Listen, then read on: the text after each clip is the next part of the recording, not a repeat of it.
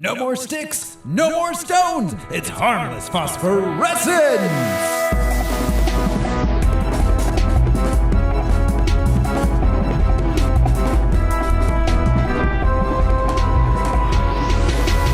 Hello, everyone. This is Thoreau Smiley, and I have special glasses now. Who's joining me this week?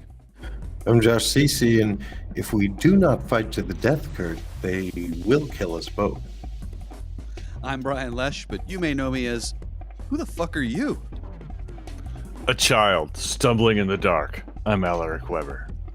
And this is Harmless Phosphorescence. It's the podcast where we watch every theatrically released full-length live-action superhero movie ever made. We gather some research into the production and the source material, and we tell you all about it.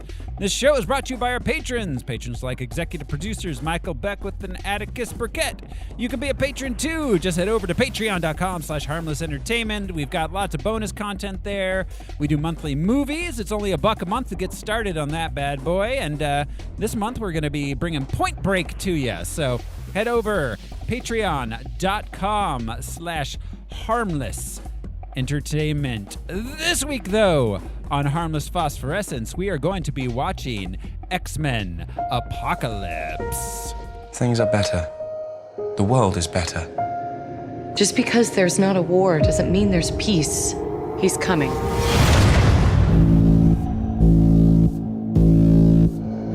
Some call him Apocalypse. He was some kind of god. For thousands of years, he's been amassing mutants to take their powers. He always had 4 followers. Like the 4 horsemen. Eric, don't join them. Whatever it is you think you saw in me, I buried it with my family. Together, we will cleanse the earth. Everything they've built will fall! And from the ashes of their world, we'll build a better one! I've never felt power like this before.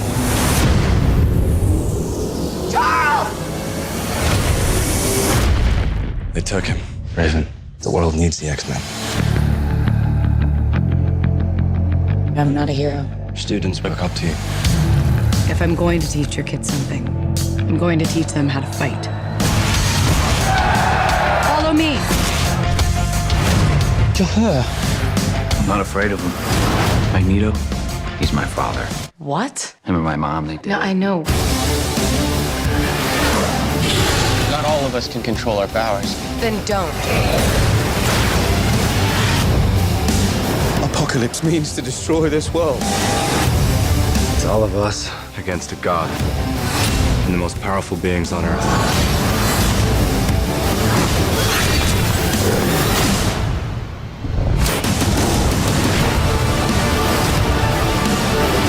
Forget everything you think you know. None of that matters. You're not students anymore. We'll take everything from them. You're X-Men.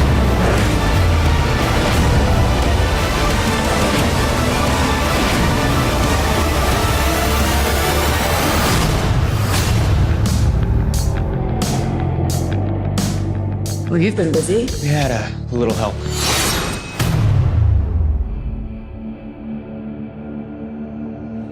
X-Men Apocalypse. Released May 27th, 2016. With a running time of 144 minutes, it cost $178 million and took in $543.9 million. So it was a hit, but not a runaway hit. Thoreau, I'm sorry. I just can't get over that you're sitting in front of Cerebro. Have you ever felt power like this before? Yes, once. Because Chuck has felt it over and over, but he loves to say it.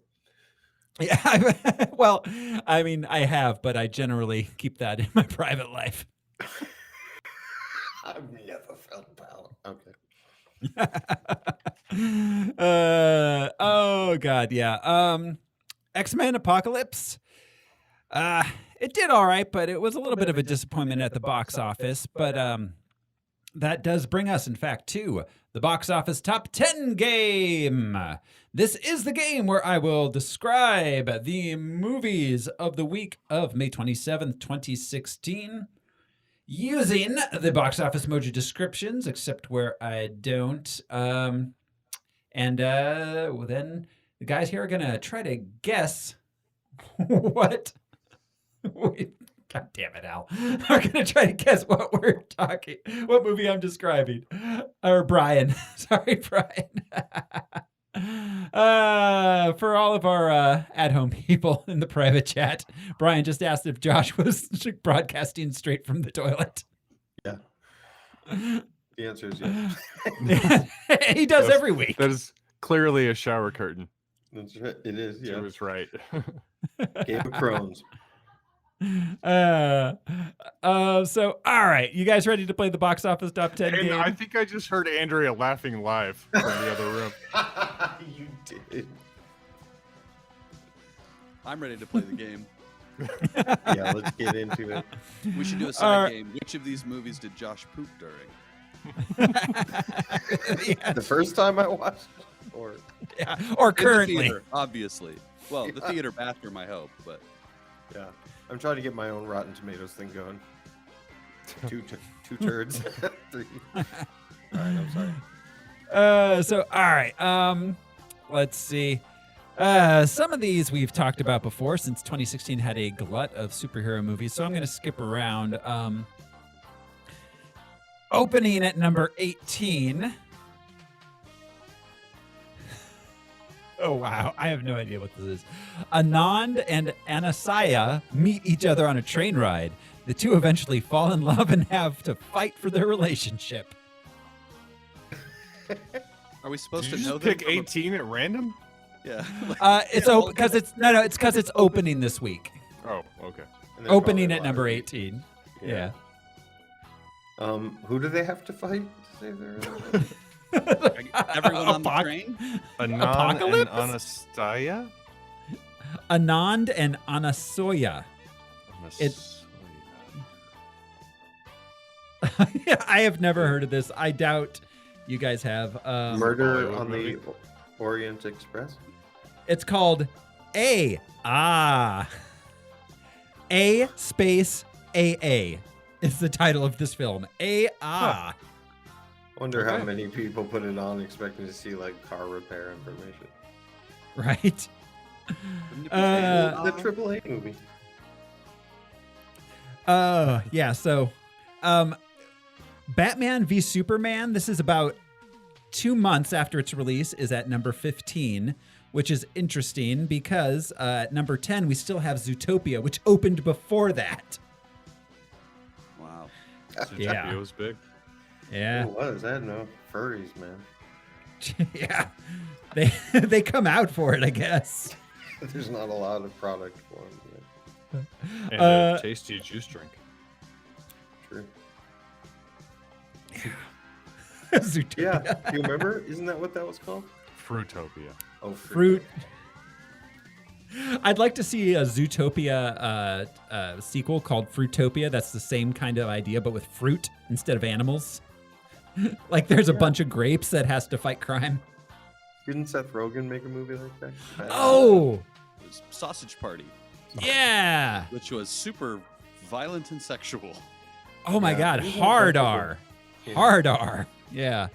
At number 9, Lady Susan Vernon takes up temporary residence at her in-laws' estate, and while there is determined to be a matchmaker for her daughter Frederica, and herself too, naturally. We are definitely... Wow. With Kate Beckinsale and... I have no idea who is that this is. The matchmaker's daughter? No, it's called... How to Lose My Interest in 10 Seconds? I can't picture Kate Beckinsale outside of a Van Helsing outfit. Yeah, right? Giant latex leather. Yeah. But no. She's in full-on bustle and Victorian hat. It's called Pride and Prejudice? No, it's not Pride and Prejudice. It's Love and Friendship. Which It's the They're opposite Jane of Pride. Austen. Yeah. Oh, God. Coming in at number 8. Financial TV host Lee Gates and his producer Patty are put in an extreme situation when an irate investor takes them and their crew as hostage. We got a Clooney and a Roberts in this bad boy. Wow. That's George and Julia, by the way. Julia Clooney and George Roberts. The title of the film is Another Movie I Missed. Yeah. The title of the film is Movies for Dads. It's called Money Monster. Whoa. Money Monster. At number I said that like a Johnny Carson bit. Money Monster. Money Monster. Number 7. In 1970s Los Angeles, a mismatched pair of private eyes investigate a missing girl and the mysterious death of a porn star. This is Simon and Simon. The Nice Guys. Yeah, Russell Crowe and Ryan Gosling. A Shane Black movie. It's pretty good. Yeah, I watched it recently. It made me laugh quite a bit. Yeah. Yeah. Great character. Number 6 we already had. It's about a kid in the kid. I was gonna say the kid in that movie is the news host from all the Spider-Man movies. Yes. Mm-hmm. Oh, okay. It's fun to see her actually act. I was really surprised because I was thinking of her as like reading newscaster lines. She's great in that as like a 12-year-old kid. She was really good in the show on HBO with Kate Winslet, the mayor of Easttown. Oh, I didn't even realize that was her. She was her daughter, good, and she's really good. Yeah. Wow. Yeah, that was really good. Wow. Yeah. Number 6 is A Kid in the Jungle. Jungle Book. Yeah. Concrete Jungle. Jungle, Kate and Alice. Number 5. When their new next door residents turn out to be a sorority even more debaucherous than the fraternity previously living there, Mac and Kelly team with their former enemy Teddy to bring the girls down. Neighbors 2. Yeah. The subtitle to that is Sorority Rising. Skywalker. I don't know about the second. I don't know about the second one, but the first one was amusing. I actually didn't see either of them. Rose Byrne is a very talented comedian. She's in this movie, but anyway. Yeah. So, what are we on? Number 4. Political involvement in their affairs causes a rift between two friends.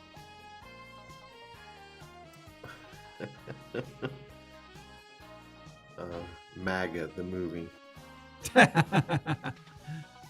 Is this that Jon Stewart movie? No. Any guess, Al? No.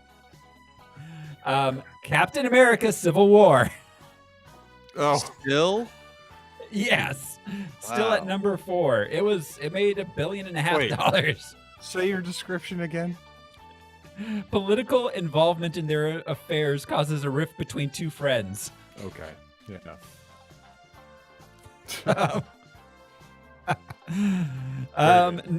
Number 3.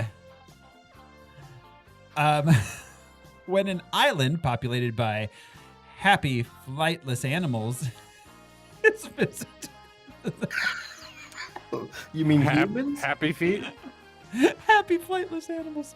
No, is visited by mysterious green pigs.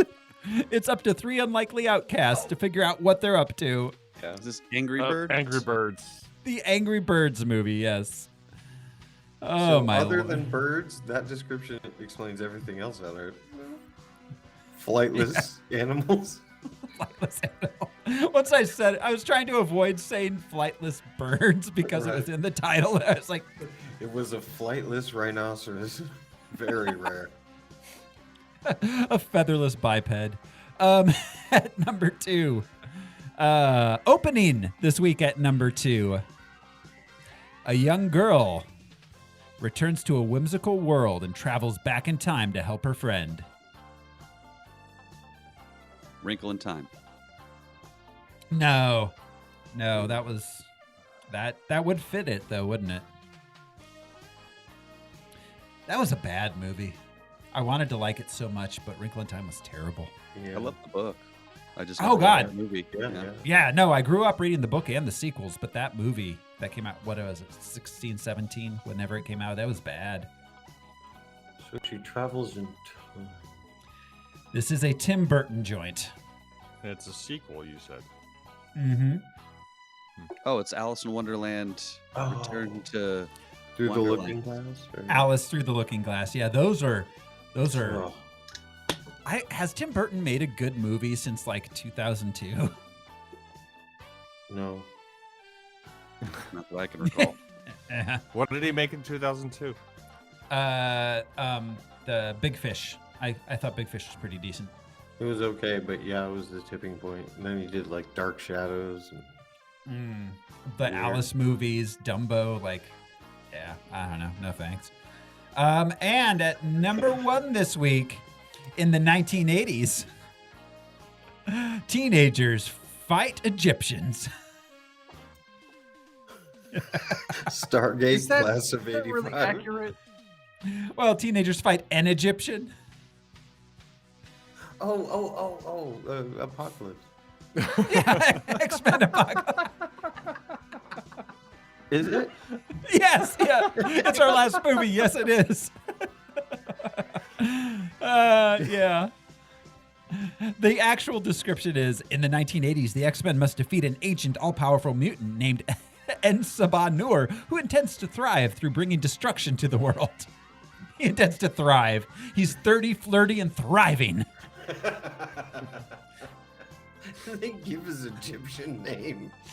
I know. Who are you selling this to? That is subtitled "How Apocalypse Got His Groove Back." What did you make up for a weekend? That is our box office top 10, which brings us to the character and comic book background, Mr. Alaric Weber. Please tell us. It actually is about how he got his groove back. And then lost He it. used his life force, but yeah. Comics. Hey, Apocalypse. He's from the comics. Yeah. Hey, that guy. Well, Apocalypse Now or Apocalypse Then? Then. Apocalypse Now-ish. 1980-ish. 1986, in fact, June of 1986 was when we got our first glimpse of Apocalypse in X Factor number 5, created by writer Louise Simonson and artist Jackson Brown. Guice? Jackson Guice? Guice? I don't know. It's like juice with a G. But anyway. Jackson Juice with the G. Juichi, maybe? Jackson Juice would be a great name for some sort of film character, by the way. Apocalypse got his first full appearance in X Factor number 6, July of 1986. X Factor was a reteaming of the original X-Men, Cyclops, Jean Grey, Beast, Iceman, and Angel. After the X-Men had branched out internationally, gotten all the others. Well, yeah, after Giant Size. Yeah, Where they introduced all those exactly guys. after Giant Size. Storm and Colossus and Wolverine. Yeah, all those. So yeah, X Factor brought the original team back together. The first 5 issues of X Factor were written by Bob Layton, who dropped hints of a villain operating behind the scenes and leading the Alliance of Evil. Layton intended this villain to be Daredevil villain The Owl. Yeah, The Owl. Everybody remember The Owl? I kind of do. He had the same hairdo as Wolverine, which is very He did. popular. He did. Kind of like an owl. When Layton left the book and was replaced by Louise Simonson, editor Bob Harris communicated to Simonson that he wanted an A-list Magneto-level villain to up the stakes and give X Factor a reason to exist as a team again. Apocalypse was the first mutant, virtually immortal, and saw himself as the father of mutant kind.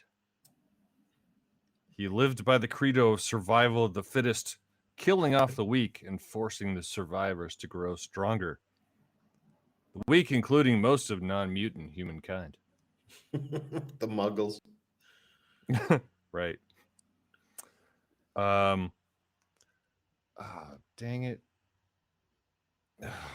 Okay, I can't find it. Apocalypse was a genius level intellect. Super genius.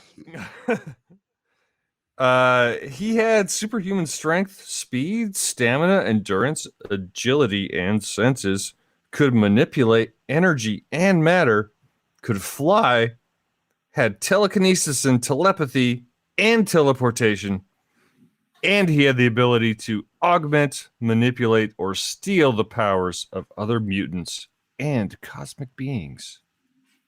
And he won the Great British Bake Off. Yes, he did. With his lemon snickety.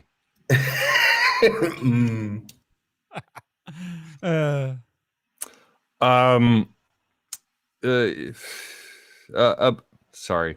I forgot that I wrote more. Apocalypse would routinely recruit 4 mutants willingly or forcibly to serve as his 4 horsemen. The first 20th century group included the Morlock Plague as pestilence, ex-soldier Abraham Lincoln Quiros as war, the anorexic Autumn Rolfson as famine, and saving a de-winged angel from an exploding plane would make Warren Worthington III his archangel of death, genetically altering him to turn his skin blue and giving him metal wings, which could cut through nearly anything and had projectile metal feathers.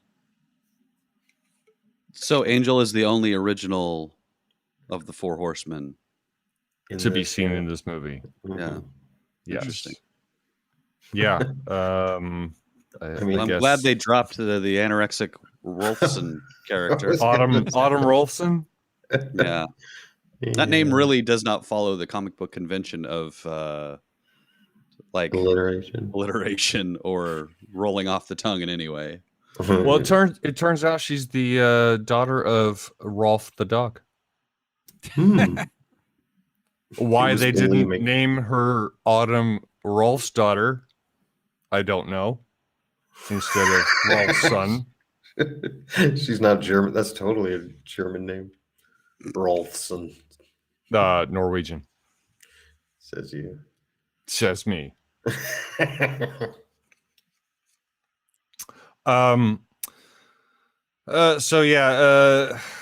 Apocalypse was the X Factor big bad for a while. Then they killed him at some point, and then he came back because he's freaking immortal and would wreak some more havoc here and there. He would pop up from time to time. They kept killing him. He kept coming back. He's nearly a god. I don't know. Okay. Caliban, we saw in this movie, created by Chris Claremont and Dave Cockrum, first appeared in Uncanny X-Men number 148, August of 1981. He had the abilities to sense and track other mutants and to manipulate fear. He's in Logan. Yeah. He's taking care of Professor. I forgot about that. Yeah, Stephen Merchant plays him.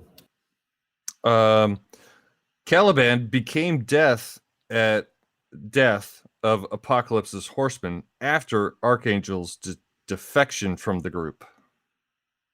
So yeah, Archangel took off, kept his metal wings, and Caliban became Learned to the fly. new death. Learn to fly. Again, he learned to live so free. Yeah. Caliban, sadly underused in this film. Psylocke. In this film, Caliban, I kept expecting him to be like, it's astounding. Time is fleeting. Riff raff, totally. Psylocke, created by Chris Claremont, first appeared in Captain Britain #8 back in December of 1976. The twin sister of Captain Britain himself, Brian Braddock. Her name was Betsy Braddock. Betsy was integrated into the X-Men franchise in 1986, officially adopting the codename Psylocke for her psychic abilities. In 1989, Betsy is kidnapped by the Hand. Everybody remember the Hand? Mm-hmm. Oh, yeah. Brainwashed and physically altered to an East Asian appearance. Oh, no. So she could get into MIT easier? I suppose. Yeah, so, yeah, she's... Because she was a big weeb. She was the brother of Captain Britain, so I don't know. Probably very white with bad teeth. I'm sorry, Britain. I'm sorry. It's not your fault, though. I'm not Britain. sorry. Yeah. I'm not joke. sorry. Britain can take it. Old bad joke. You can take it, Britain. In 1989, Betsy's kidnapped by the Hand, brainwashed, physically altered to an East Asian appearance. She becomes a master assassin with the new ability to focus her telepathic power into a psychic knife. In 1993, it was established that this was all the result of a body swap with the assassin Quanon. An East Asian assassin body swap. 80s X-Men was so crazy. What? Psylocke. Psylocke has been an established X-Men character for 30 years or more. Mm-hmm. She'd been around. That's all I got. That's all right. Thank you, Al, for bringing us up to date on the background of our new guys, our new X-Men and women. So delightful. So that brings us to the production background. And the production background, too. This movie was once again directed by Brian Rapist Singer. It was written by Simon Kinberg, Brian Singer, Michael Dougherty, and Dan Harris. All people who we have spoken of previously. Isn't Simon Kinberg the guy from Big Bang Theory? Proceed, I'll look it up. Simon Kinberg? Yeah. I don't think so. Well, maybe. I don't know. We've talked about him quite a few times because he's done most of the X-Men ones. Okay, he's not. Sorry for the interruption. We have spoken about all of those writers before, so we don't need to bring anything new into this. Our cast, we have a lot of returning people. James McAvoy back as Professor X. Michael Fassbender back as Magneto, Jennifer Lawrence back as Mystique, Nicholas Hoult as Hank McCoy. He is delightful on The Great, by the way. If you're not watching The Great, you probably should. The Grape? The Great. The Great, as in Catherine the Great. Oh. It's on Hulu. Interesting. Yeah. Oscar Isaac joins us as Apocalypse. We talked about him on our Star Wars podcast, available at patreon.com/harmlessentertainment. But we haven't spoken about him on this show before. His early films include Body of Lies, the 2010 Robin Hood. He was in Drive in 2011. Inside Llewyn Davis, he was great in that. I can't picture him as a real person. He's fantastic. He's a great actor. Yeah, and of course, he was Poe in the sequel trilogy, Star Wars sequel trilogy. Oh, wait, what? Mm-hmm. Yeah. Poe Dameron, is that his name? Yeah, Poe No Dameron. shit. You Same didn't put guy? that together, Al? No, I did not love put that this together. Happening God. live, coming to And you live. I'm with Brian. It's hilarious that they kept him his real size. They didn't even give him lifts or anything. You know, Yeah, Fox was supposed to be big. They put Robert Downey Jr. in pumps the entire MCU. Like every time Tom Cruise is in a movie, they put him in pumps. Yeah, I think Fassbender's taller than Isaac. Yeah, it was just There are scenes where they're acting across from each other, and all I could think was, "Yeah, you're not tall enough. You're not tall enough for this. What is happening?" It's distracting immediately. It really is. It is. Andrea pointed out that Oscar Isaac is Guatemalan, so she's claiming him for the Latinos in the race draft. Yeah, yeah. We've got Rose Byrne back as Moira McTaggart. Evan Peters as Peter Maximoff. Josh Hellman as Colonel William Stryker. Sophie Turner. All those were returning. Sophie Turner comes on as Jean Grey. Sophie Turner. Her real name, I just now saw this, is Sophie Belinda Jonas. Oh, she's married to a Jonas. She's married to a Jonas brother? Is that Yeah. right? Yeah. Joe Jonas. Okay. I was unaware of this. So she was a Turner and now is a Jonas. Okay. Oh, Nay Turner. Okay. Yeah. Yeah, best known as Sansa Stark, of course, from Game of Thrones. She most of her work outside of the X-Men and Game of Thrones is not very well known. She was in something called Time Freak, something called Barely Lethal. She's not very good. Well, she's English and she does a terrible American accent. She got great teeth, though. About. Yeah. Oh yeah, She does have great teeth. Great on screen. She was perfect as Sansa Stark. Yeah, she was great there. So. She was Everybody's not good at one thing. She was not good in this. Because that's what her character was. Because she was who the character was. Anyway. Yeah. Yeah, I've never liked her. Anyway. Yeah, I mean, she's not great as Jean Grey for sure. Ty Sheridan comes on as Scott Summers, Cyclops. Ty Sheridan, he's the dude from Ready Player One. Oh, he was in Tree of Life. Okay, that was his first movie. Was Tree of Life? Wow, what a first movie.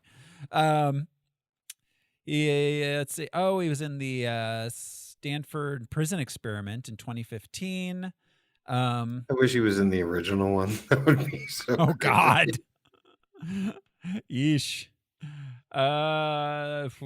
Yeah, but Crow the Legend, which was a short film. We'll see him again in Deadpool 2 and Dark Phoenix. That's about it. He doesn't have a whole lot going on. Let's see. Lucas Till is back as Havoc. We have Cody Smith McGee as our new Nightcrawler. He was got to start in The Road. He was the kid in The Road. Which is I never need to watch that movie ever again. He was the voice of Paranorman. He was in Dawn of Planet of the Apes. Wow, I did not know this kid was that guy. Okay. Let's see. After this, he went on to be an Alpha. We'll see him again, of course, in Dark Phoenix. And he got nominated for a Golden Globe for The Power of the Dog. Ben Hardy as Angel. He was Roger Taylor in Bohemian Rhapsody. He's probably That's where I best known. recognized him from. I couldn't stick where I saw him before. What did Roger Taylor play in the band? Drums. Okay, right? Thanks. Yeah. He was. I know Freddie Mercury and Brian May, and that's it. Yeah, the other two guys are like, hey, the other two guys. I should watch the movie and figure it out. I don't know. I don't think it's not a good movie. You can also read the liner notes on an album. Exactly. Yeah. And honestly, honestly, read the liner notes on an album and like watch the Bohemian Rhapsody music video, and you've gotten more than I got out of the movie. Yeah. And just watch the live at Wembley Stadium and you will enjoy yourself. Yes. Thoroughly. Far more. Yeah, absolutely. And you also don't have to see what's his name's weird dental prosthesis. Ugh. I mean, I felt like he did a good job, but yeah. Yeah, he was Bryan fine. Singer, right? Bryan Singer? Oh no, he walked off set, but he was originally. No. Bryan Singer directed, but then like that's right when all of his Me Too stuff was breaking, so he technically he didn't remove his name, but like there was something with that. The way he fled I heard the it was country that or something. Yeah, something. I don't know. He said he had to leave set for a week or two to deal with some personal stuff, and he went to LA, and then he never came back to set. I think maybe he was asked not to come back because of the Me Too stuff. Sure. I know there was something with Me Too during that period. I don't know how it Oh all yeah, played out. yeah. It just occurred to me, Bryan Singer. Yeah, absolutely, Bryan Singer. Let's see. Ben Hardy, probably best known as Peter Beale from EastEnders, at least for those Brits with their teeth. sorry, Britain. Alexandra Shipp as Storm. Let's see. Alexandra Shipp she was she played Aaliyah in the Aaliyah 2014 biopic. She was in Straight Outta Compton. A crazy motherfucker named Alexandra Shipp. That was a good movie. I don't traffic too heavily in like Hollywood relationship rumors, but do you guys know about her and McAvoy? Mm-mm. I guess he left his wife for this young woman. Oh no. During the making of this movie. Oh. I remember reading that, and yeah, it's made it really hard to like not just see that the whole time. I'm like, oh That's my God. two examples because Mulaney left his wife for Olivia Munn, who is yeah. Oh, that's right. Wow. Good for them. Those horse women will get yeah, you. We don't know why people. Yeah. It was just really interesting. I was like, so during the filming of this movie, that happened. Holy shit! Yeah. Wow. She was also Susan in Tick Tick Boom. That was good. If you guys haven't seen that, if you are at all interested in musicals. She's from Phoenix. Anyway, so then we've got Olivia Munn as Psylocke. Let's see. She kind of got her start on a Attack of the Show and The Daily Show. The Daily Show is where I first saw her. Yeah, same. Yeah. She's hilarious. Yeah, she's a great I think she is so funny. Except for in this movie. Yeah, she was kind of wasted in this movie, honestly. I don't know. She has like 3 lines and she looks mad the whole time. Yeah, and like, I mean, go her for getting a paycheck, but like real wasted role. I feel like everybody was underutilized. Yeah. Everybody. Yeah. Well, and it was still 2.5 hours long. I mean, this is a fucking movie. And Olivia Munn, of course. Oh, sorry. I was just going to mention The Newsroom, which I really liked. Yes, she was in The Newsroom. Yeah, that was great. Yeah, she was one of the better parts, just with like the really dry, intelligent humor. Mm-hmm. And rounding out the rest of the notable cast, we have Carolina Bartzak as Magda. That's Magneto's wife. She is best known for this, it seems. She additionally was the voice of Alfred Hedgehog in the Mysteries of Alfred Hedgehog. All of that confused me. Yeah, she was also, let's see, she was in Smurfs 2. Yeah, I don't know. She doesn't seem to have. Oh, she was in Moonfall. Huh. Did a lot of video game voice work, it looks like. Yeah, so, but mostly she's a hedgehog. A non-sonic breed. Yes, of the non-sonic variety. Wait a minute. I was like, she's not a real hedgehog. He's about to break this case wide open. No, I just discovered that Ali Sheedy was in this movie. Oh yeah, What? she's the teacher. Yeah, In the she's beginning. Scott's. Oh my Scott's God, I- teacher. I didn't even see it. I did not. Which there's a recognize funny her. point about her, but I'll wait. Yeah, that's her. Mm-hmm.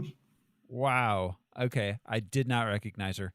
All right. It was too quick. Yeah, it was. Yeah. Anyway. This movie has 47% on Rotten Tomatoes, and that is the end of the production and review notes. Guys, you ready to jump into the movie itself? Yeah. Yeah. Are you ready to jump into my mind? Yeah, please. Always, Al. Always. Please trap me in this pyramid for a few hours. Yeah. Here we go. This is X-Men Apocalypse. We open with a voiceover from Professor X. Yet again. Another weird CGI tunnel DNA thing. Oh, no. Wait. We'll get to not that. DNA. Egyptian. Yeah. Iconic. It was a history tunnel. Yeah, that's what. We'll get to that. We're in Egypt first. We'll get I to guess the we history take the tunnel. history tunnel to the rest of the movie. Yes. We start in Egypt. We have the whole thing where Apocalypse is being worshipped as a god pharaoh. He enters a pyramid. 3600 BCE. I thought that was interesting that they chose before Common Era instead of before Christ. Yeah. Oh, because this is an anti-Christian film, Al. Yes. The mothers of America should boycott it. I thought they loved the apocalypse. I thought they're gearing up. They are. They just never pictured him being tall and purple. Yeah. But he's from the Middle East. It's a big misconception. Ooh. Well, technically, Egypt is Africa. Fair Yeah. enough. Which makes it even worse for them. I'm sure. Geographically, Egypt is Africa. Culturally, it's Middle East, basically. All right, he gets ambushed by some humans. They make the pyramid collapse. He gets saved by the chick who makes the rocks not fall on him. That was our best pyramid. We see him initially as an elderly Apocalypse. Yeah. He's all old and lost his energy. wrinkly. Yeah, he hasn't had his groove reinvigorated For a while. Yeah.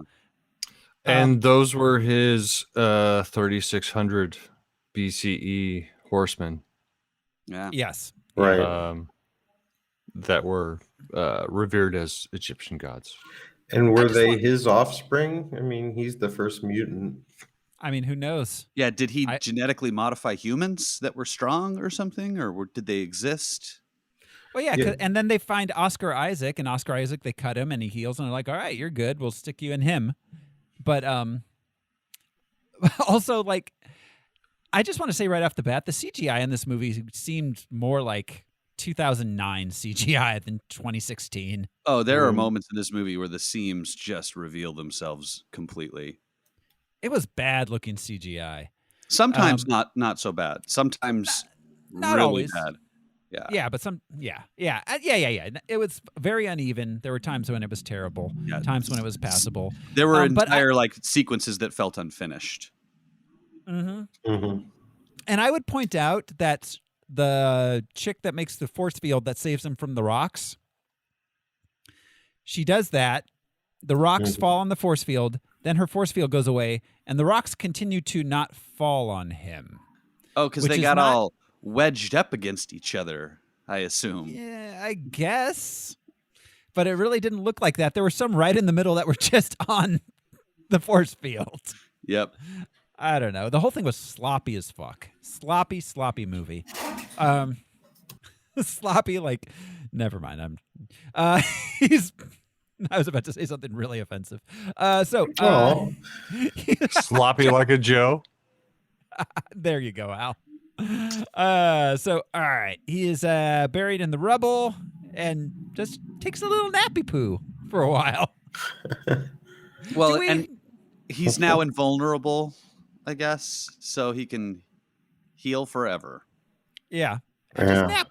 Just nap. He's tired. He's tuckered out. So he uses a lot of powers in this movie. I just wanted to say first thing is he uses the consciousness transference, his ability to put himself into other people's bodies. That's the first power we ever see him use. Mm-hmm. But he needs a device to do that. Yeah, and the sun, apparently. The sun and the device. And magic gold. And a pinch of paprika. Yeah, magic gold that's kind of vaguely in the shape of like a computer circuits. Yeah, circuitry, totally. Yeah. And you got yourself from paprikash. You got yourself a stew. Baby. Now we get the credit sequence. We travel through the history tunnel to 1983. We passed Nazis. We passed.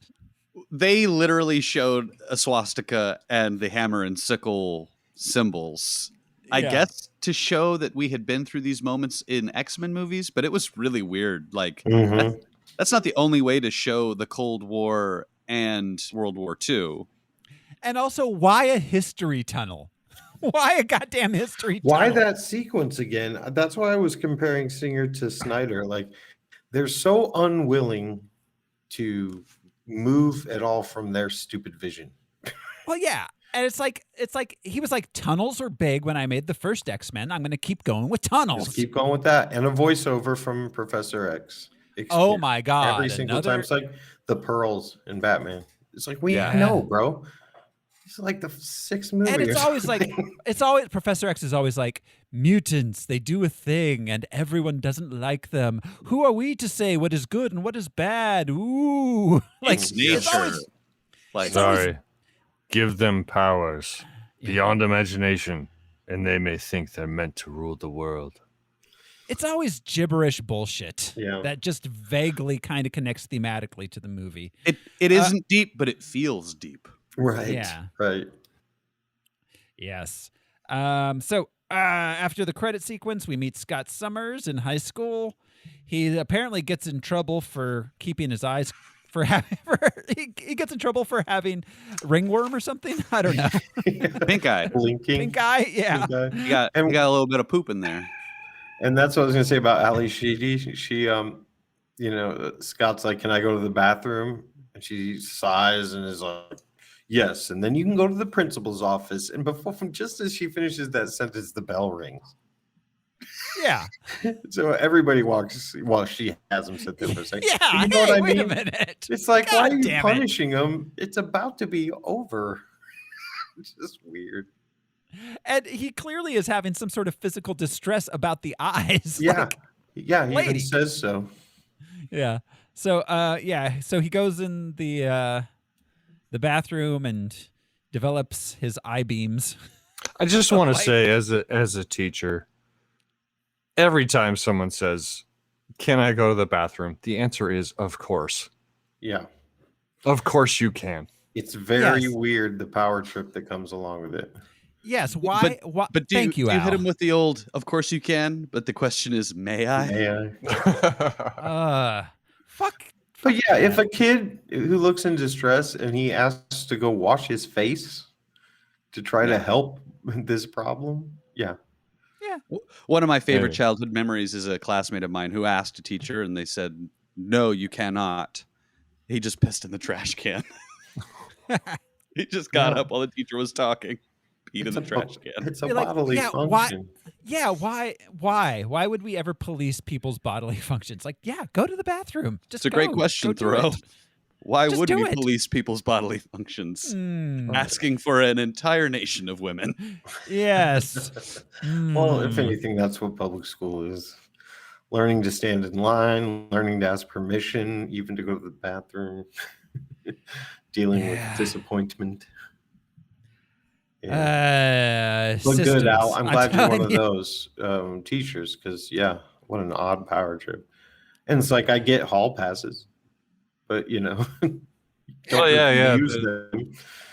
They're supposed to sign out their thing. I just get upset with them. It's like they keep asking. It's like just fill out the paperwork and go. Right. If you don't come back, we'll have a problem. Yeah, that's when you have an issue. Anyway. Yeah, so, all right, cut to Berlin. Mutant Fight Club. The first rule about Mutant Fight Club is that... Electrify the fences? Is apparently you can't... Apparently Nightcrawler can't go through electric fences, so I guess he's fucked in a lot of places. Yeah. I have so many questions about the Faraday cage and its effects on mutant abilities. Are their abilities being transmitted to them from space or something? Because their abilities should work everywhere because it's in their genes. Mm-hmm. Like that's like Superman being cut off from the sun. Yeah. Mm. Like it's still inside them. Yeah, and Nightcrawler even said that all he needs is to be able to see where he's linking to. So why does the cage affect? Well, okay, so I mean, this is a huge bending of the rules of mutant abilities from the get-go. Absolutely. And okay, so I mean, we've gotten used at this point to seeing superpowers being used in what's convenient for the plot. And only in what's convenient for the plot, but this is one of the worst Defenders we've had. People only use their powers when it's convenient for the plot, period. And I was constantly like, why didn't this person do that? Why didn't that person do that? Right. And Bryan Singer has done this before. Mm-hmm. We've seen the people forcing mutants to fight. It was in the very first one with Wolverine. It's just like, what's that? They were fighting, they weren't forcing. He was fighting under his own accord, and no one knew he was a mutant until they. Okay, he wasn't in a cage, but he was reputable, and people came to challenge him. I see what you're saying, Al, but what I mean is he's done this. Yeah, we've seen this kind of thing. Well, I mean, this movie is nothing but trope upon trope upon trope. His own tropes. That's what I mean with the Snyder thing. His own, and lots of his own tropes that he's done a million times. Like he's playing his greatest hits here. We do see the Blob. He doesn't speak or anything, but yeah. Yep. We get the Blob, and I have so many questions about age. Well, okay, we'll get to it. All right, so anyways, so Mystique shows up and she rescues Nightcrawler and Angel. Angel gets his wing burned. Mystique and Nightcrawler leave together. She rescues them by overpowering the fence. Mm-hmm. Right. Shorting it out. Yeah, flipping the switch. Well, she like cranked up the electricity on it. She does a thing to a thing. Yeah, it's so dumb because wouldn't that make their powers less useful? I don't know how this shit works in this movie at all. Yeah, I don't think anybody cared.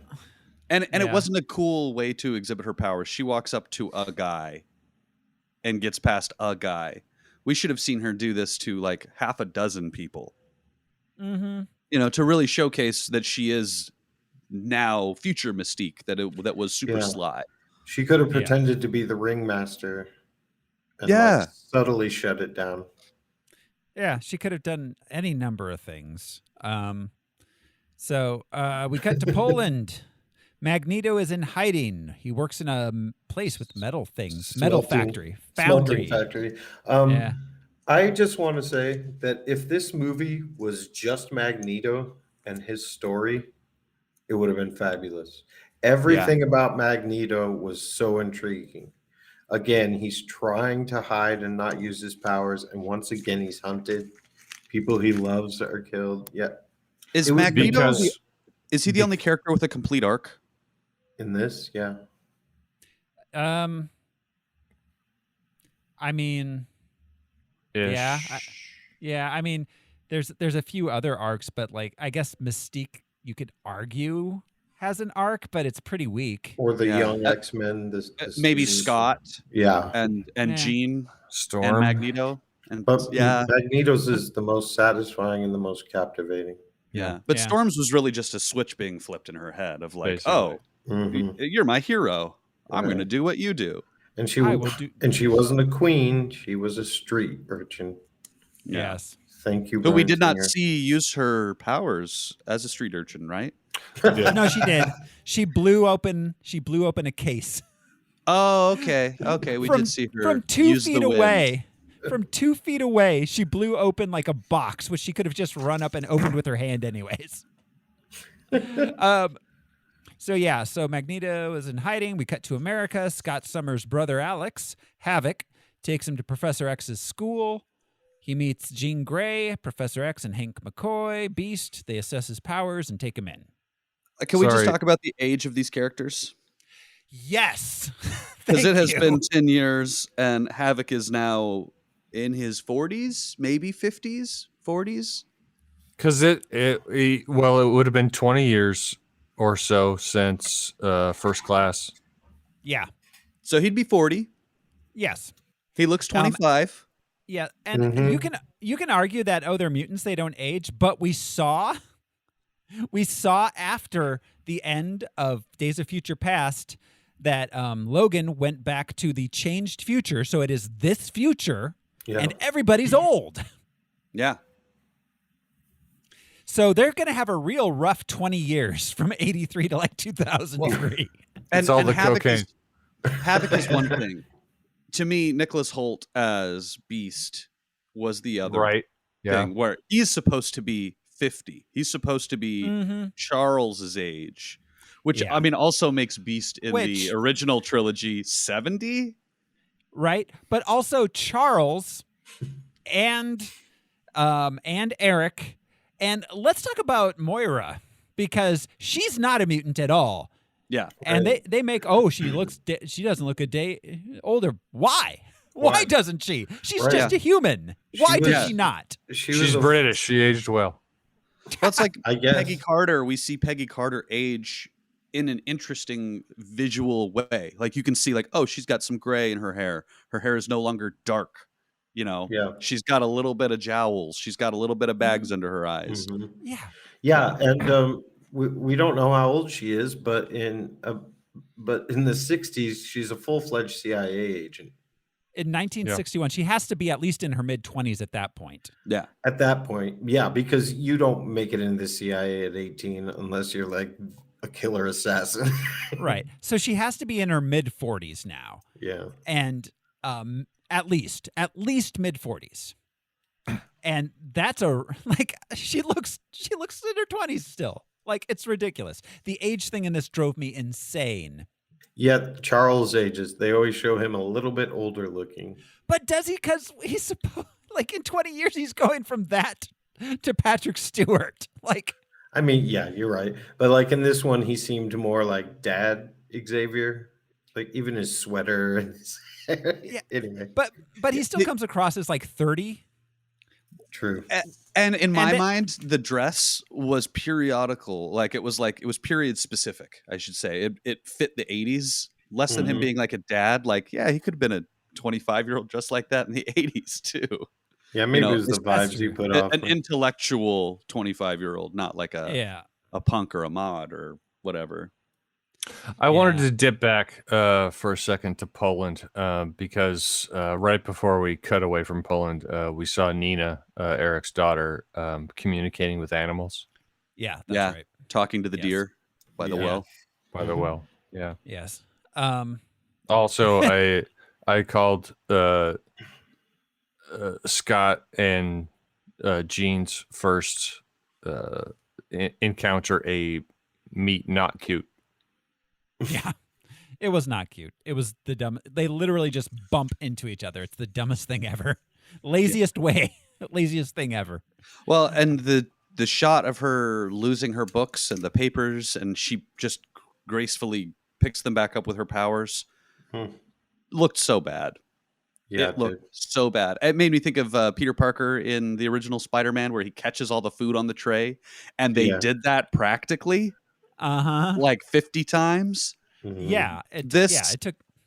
This shows how lazy the creative shots were, because that's a creative idea. It feels like a contractual movie.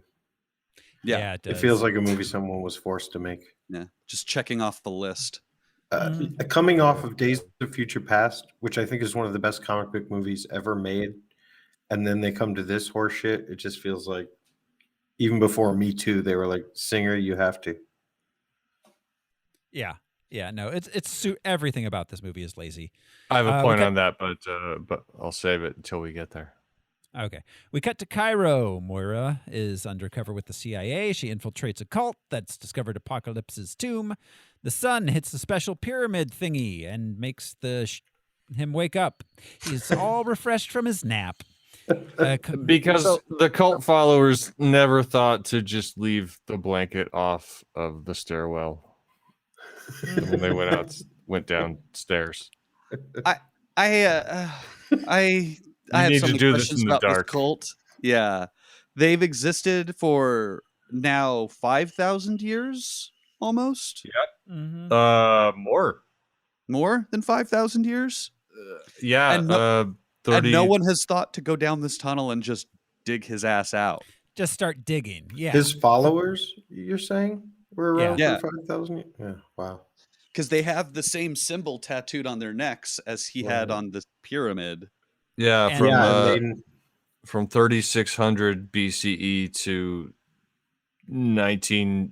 1990, 83? Was it 83? Yeah, it's almost 83. 5,500 years. That's crazy. Yeah. Mhm. And they knew they had a special incantation, so I guess that lines up. Well, as but their incantation wasn't doing anything. It wasn't until the sun hit it that anything started to happen. And it's also the dude's name. Yeah. They're just saying his name. Oh, is that what they're doing?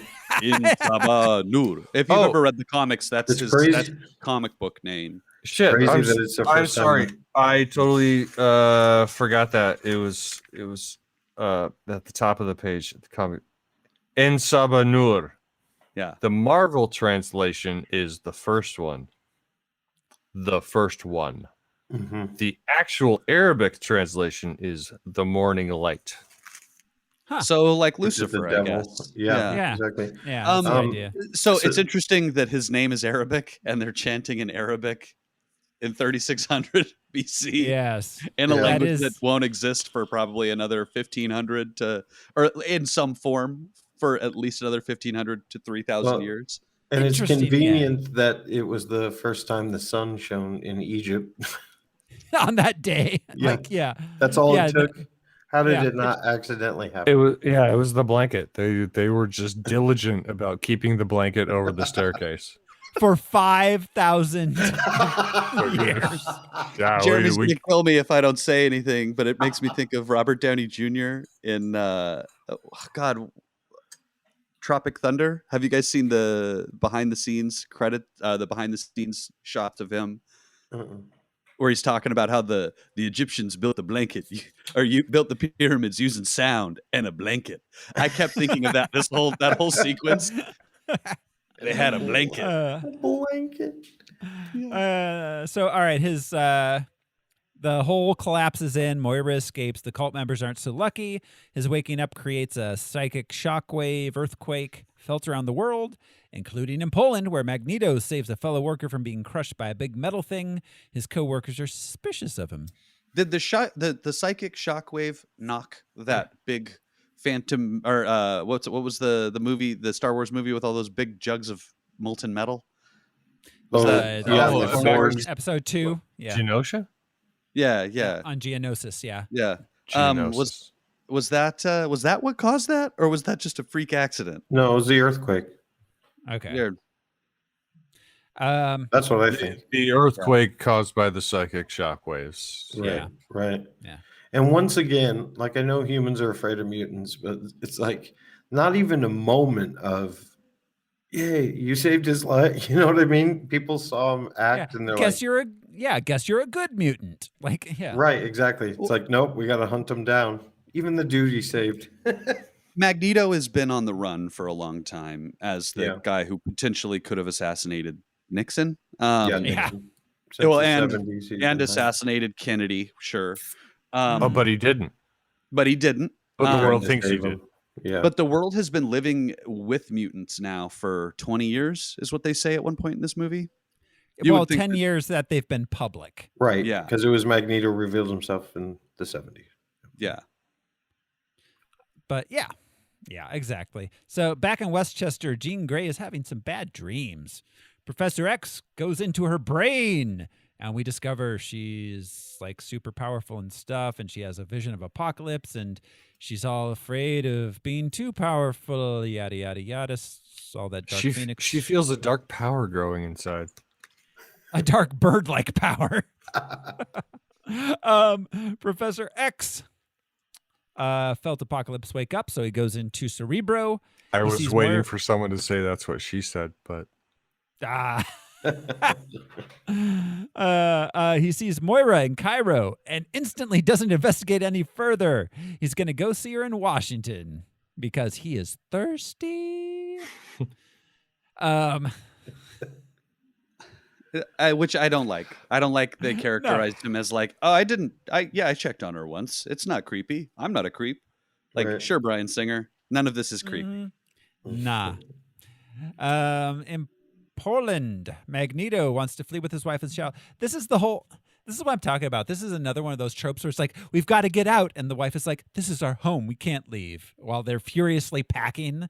Like, oh my God. Stop writing the scene, screenwriters. Stop writing that scene.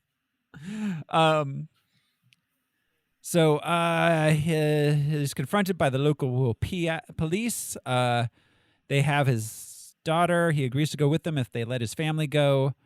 But his kid freaks out, and she controls the birds. So both wife and child are accidentally killed in a tragic archery slip-up. So... Despite how ridiculous it was, this was a truly heartbreaking scene. I thought it was, yeah. I thought the Magneto shit was compelling. It was.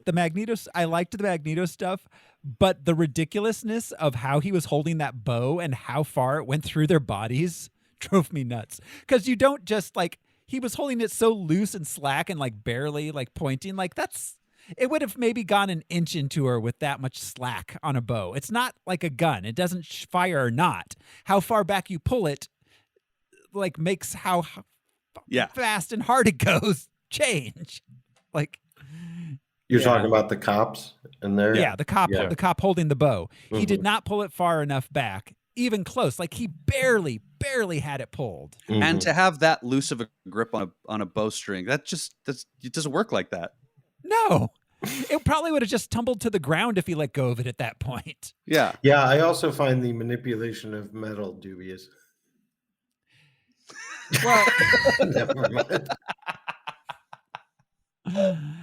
That's explained in universe, though, at least. I speaking of the manipulation of metal, this is possibly... No, I mean, seriously, the magic things that don't make sense, at least there's an in-universe reason for it. There's no in-universe reason that a lightly held bow will go through 2 human body chest cavities. You think that's important? It just could have been distracting. It could have been blocked better. I just think that they could have designed that sequence to be more tense. Because as it happens, it's like, what? Wait, what? Isn't it in slow-mo? Confusing. Yeah. No. At that point? Not the bow shot. The bow shot just kind of happens. But okay. We don't need to hang on it. But I will say Magneto's use of powers in this moment is my favorite mutant power use in this entire movie. He kills them with the only remaining photo of his parents. Mm-hmm. It's not just a use of his power. It is a character moment. Yeah, the locket has his family. He is killing them for his family, using his family. I was like, oh, that's, there's symbolism there. Okay. Oh, yeah. He's had to do that. Despite the lazy direction, which is what I was really complaining about, not specifically the bow, but the fact that it was so lazily directed and blocked. That was my issue so much as more than the specific of the bow things. But it's absolutely the most powerful character moment in the entire film, I think. Yeah. And then it's immediately in the rearview mirror for the rest of the movie. Yeah. So back in Cairo, Apocalypse walks around in the city, completely blending in. Well, he had a hood. He sees a young street thief. It's Storm. He saves her from some street justice.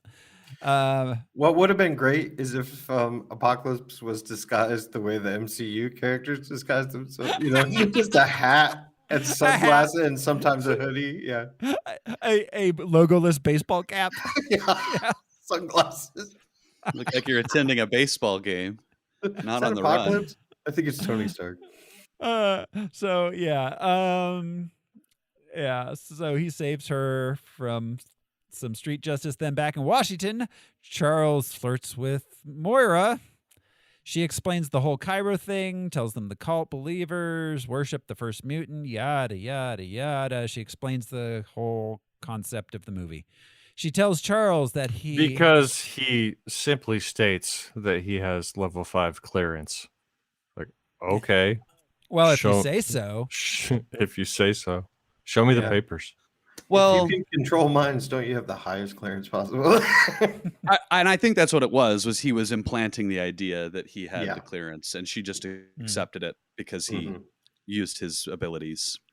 Yeah. He mind freaked her. Superman's Yeah. Freaked her. Yeah. Mind in Cairo, we learned that Mystique is a folk hero to the young mutants of the world. They see her as, a hero standing up for them. Who is making these posters? These propaganda posters? Is there like a mutant publisher who's like, what we should do? We should print millions of these and send them around the world. She got them on Redbubble. Yeah, that's what it felt like. I think she ordered it online. She's like, it needs to be in Arabic. Also, she went down to Kinko's. Yeah, she got his business cards that say Mystique, mutant folk hero. I know this is a lot to ask, but I would have enjoyed her speaking Arabic at some point. Like, to him, I would have enjoyed Apocalypse learning Arabic, being like, what language is this? What year is this? You're right. They never made Mystique smarter. They developed her ambition and her character more, but you're right. Like, she never, as she grew, she didn't. That's my mistake. I meant to say Storm. Storm being in Egypt, she should be speaking the native tongue. Yeah. Because is she an American? I thought she or was. A British person? She was speaking Egyptian. Initially, she was trying to speak to him in Arabic. Okay. Or something. Maybe I missed that. And then, like, the third language she chose was English. Then she just stuck with English. Yeah. Her third language. Hey, he doesn't understand me, so I'm going to speak to him in my third language exclusively from here on out. I mean, I understand why, but like the fact that it was distracting to me that the moment they decide that the rest of the movie is going to be in English. Like, is just again how clumsy and lazy this filmmaking is. It removed the man out of time element from Apocalypse, which would have been an interesting thing for him to be kind of stuck in, like, like all unfrozen caveman lawyer style. Yeah. I'm just a simple Egyptian man god. Well, and it would have been cool to have somewhere between unfrozen caveman lawyer and Captain America, unfrozen World War II soldier. But we got a guy who woke up from a fucking nap. He's like, oh God, I'm thirsty. I'm kind of grumpy. You have something to eat? I gotta pee and then I need a drink.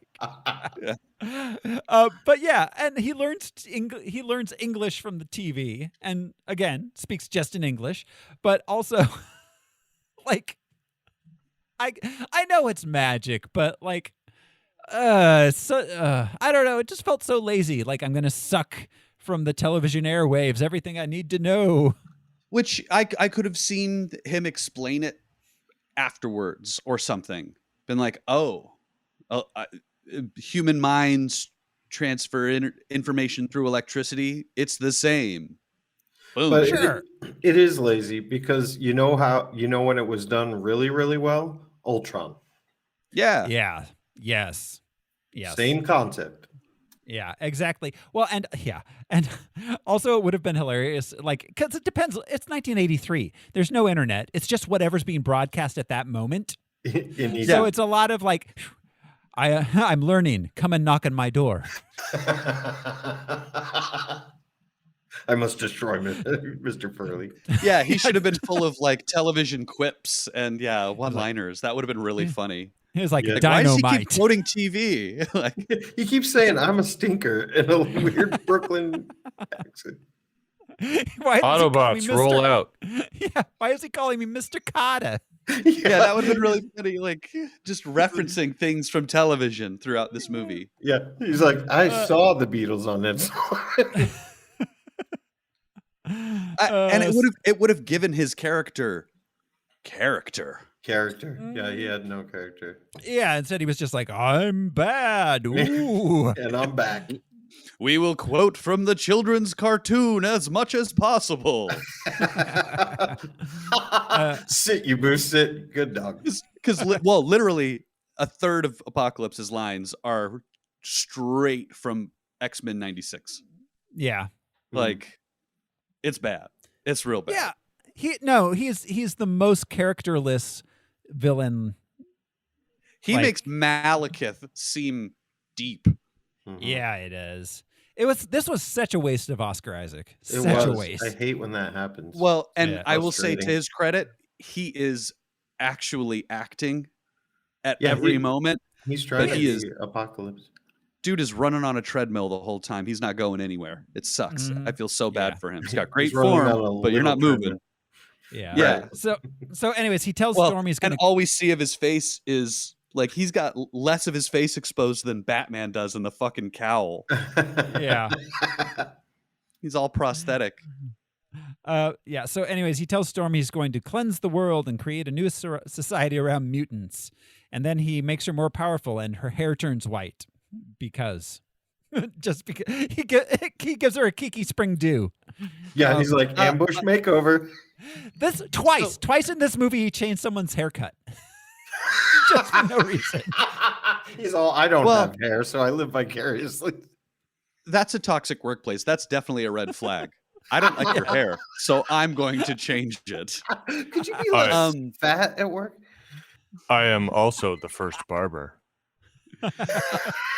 Well, it would have been funny if it had been a sequence. He's like, so what are you doing later? He's like putting the tinfoil things in her hair. How are the kids? I think that Storm's motivation and her choice, quote unquote choice, because there's not a lot of choosing, to join him is non-existent. He says, I'm going to cleanse this world and make it good for mutants. And she's like, okay. Yeah. That's it. She's not like, they killed my parents because they were mutants. My parents abandoned me because I'm a mutant. I'm on my own because I'm a mutant. That sounds awesome. Just, okay. She's like Chad in the SNL sketches. It's like, exactly. Sure, I'll do it. That sounds fine. Back in Berlin, Mystique and Nightcrawler visit Caliban, a mutant who gives them fake papers for traveling.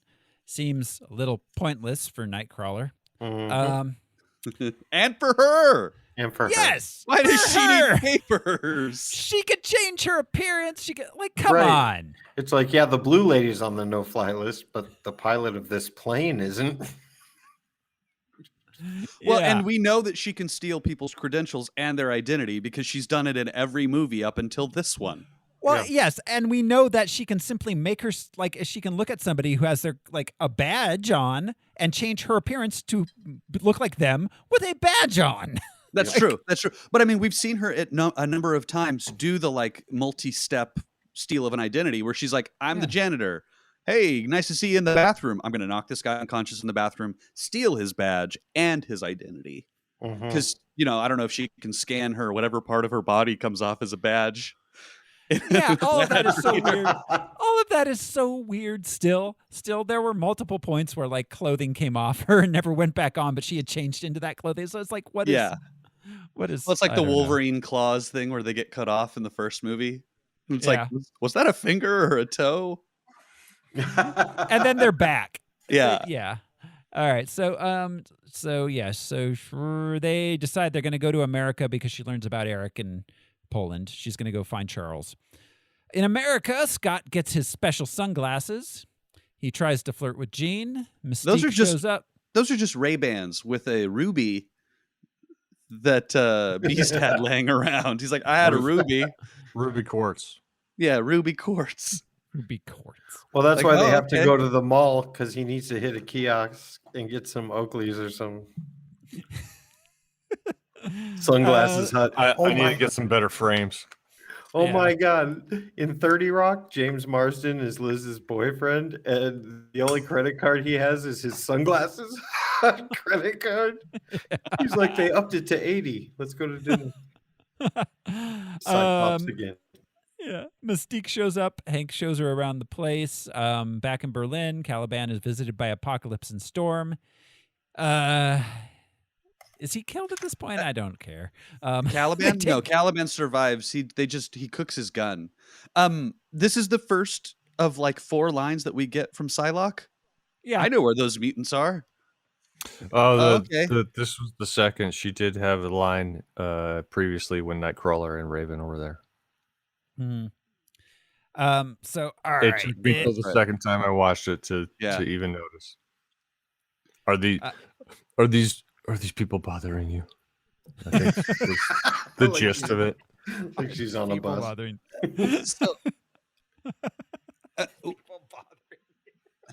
We see Apocalypse teleport, which is cool. The purple bubble, I dig it. I dig the purple bubble. I like it. Sure.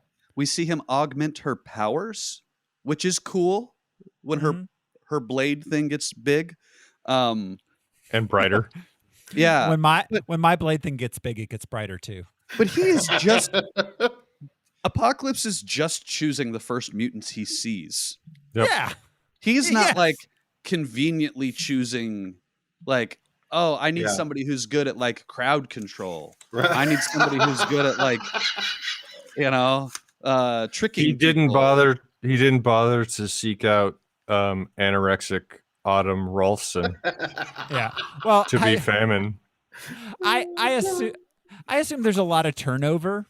In this, so he's gonna need to be filling these positions constantly. It's like I thought this was data entry. Yeah.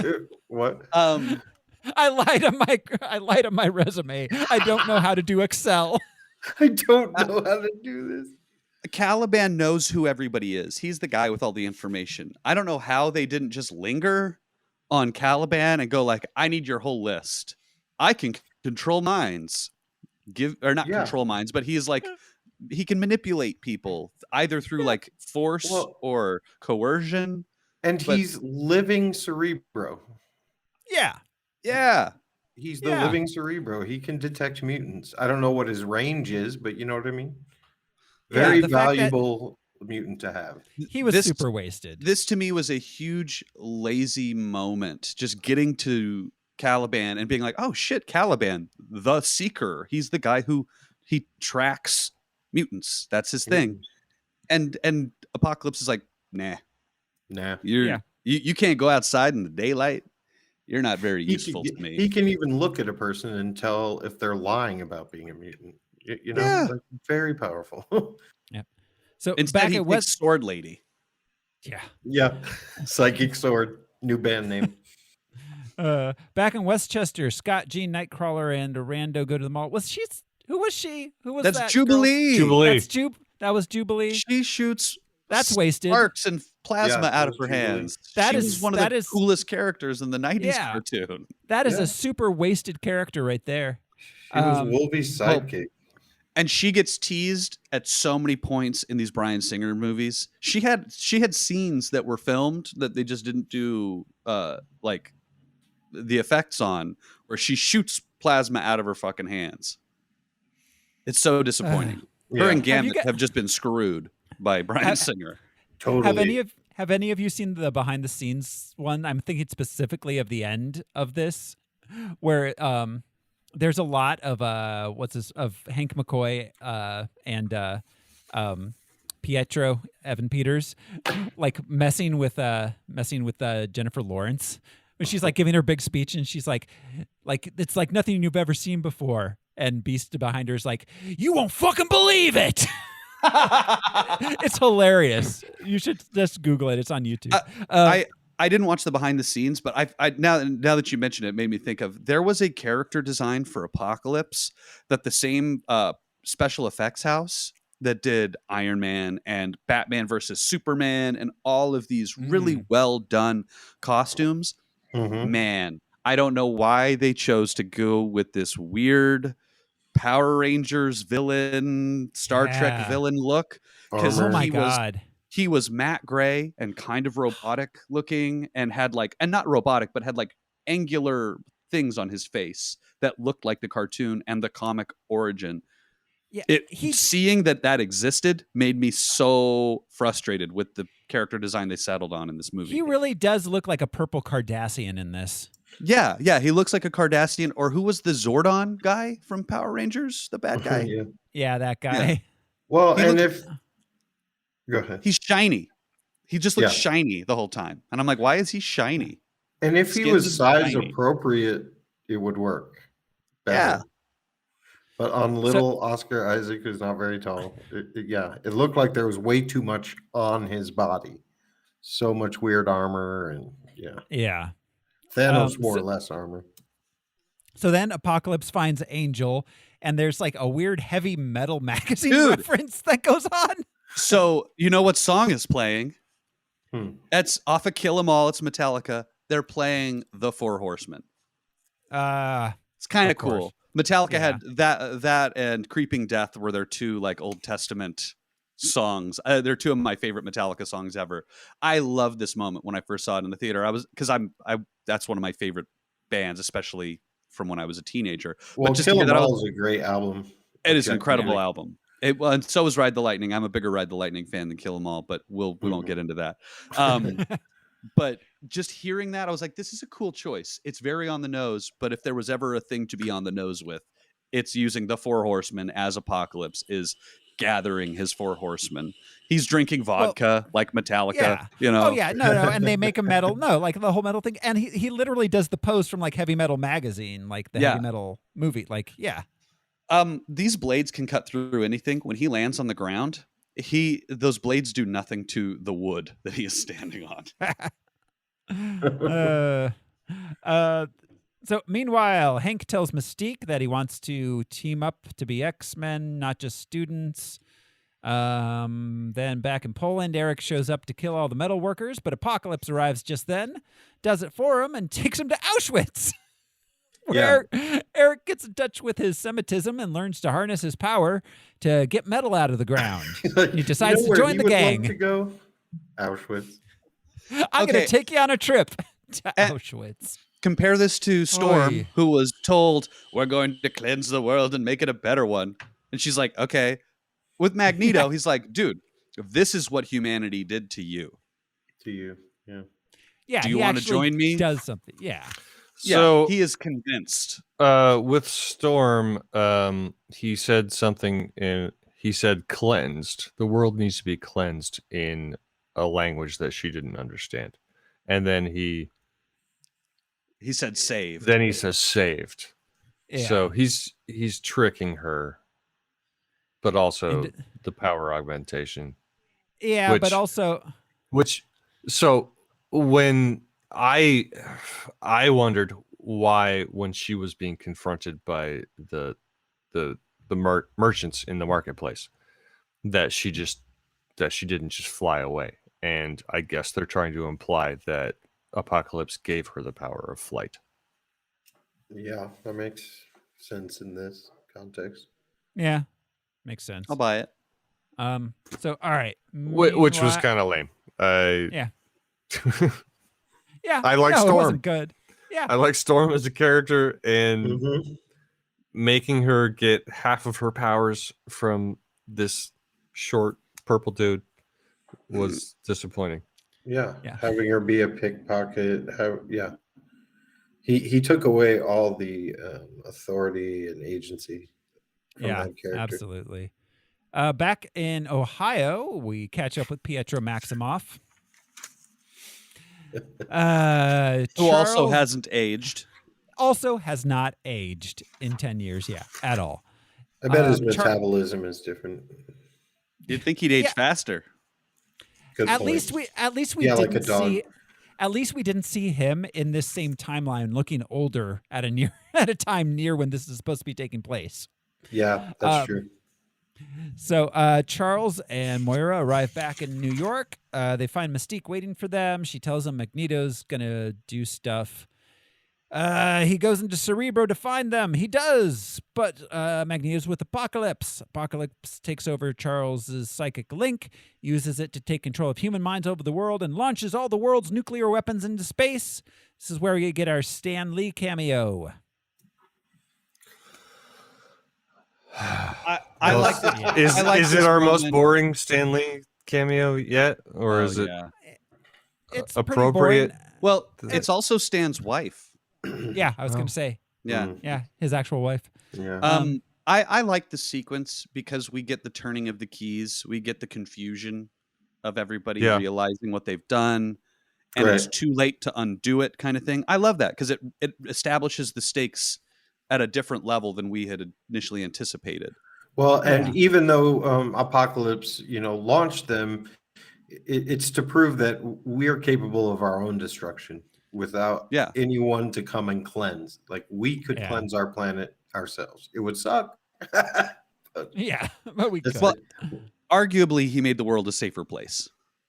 That is arguable, yeah. For the rest of humanity after the events of this movie. I mean, we'll get there, but there are no more nuclear weapons. That is true. Then again, Superman cared to do that. Then again, gravity is a thing. So somebody needs to go get those and throw them into the sun.